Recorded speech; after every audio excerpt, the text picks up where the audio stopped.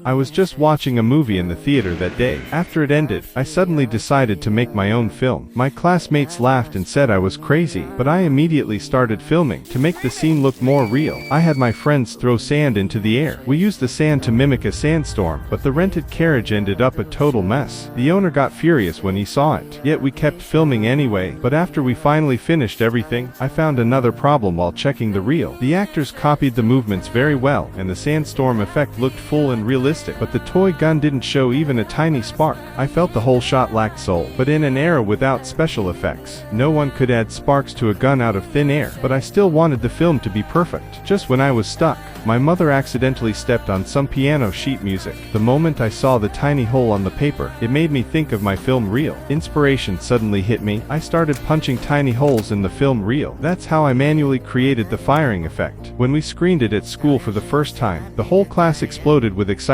and even my father, who came to watch, was amazed. After that, I kept studying special effects. I dug a pit and covered a board with dust, and with just one light step, it created a realistic explosion. I buried a string of firecrackers in the dirt, and actors running past it created a firing effect. And with the blood packs I handmade, a battle scene instantly felt more real. But I still wasn't satisfied. Simple shootouts always felt like something was missing. So for the best performing soldier, I gave him his own monologue scene. I told him to imagine he was a commander who lost all his soldiers because of his mistake, even though he could have saved them. With my detailed direction, he slowly sank into the role completely. When we shot the final scene, he walked out from ruins filled with bodies, with nothing but deep sorrow in his heart. He stepped through the broken remains everywhere, his footsteps heavy and suffocating. Then he walked away from the battlefield alone. As I watched his fading figure, I couldn't help falling silent, and he broke down in tears, as if he really lost every soldier. Even after filming, he struggled to pull himself out. Soon the film was officially shown at school. The realistic details and effects instantly pulled the audience into a new world, especially that final long take,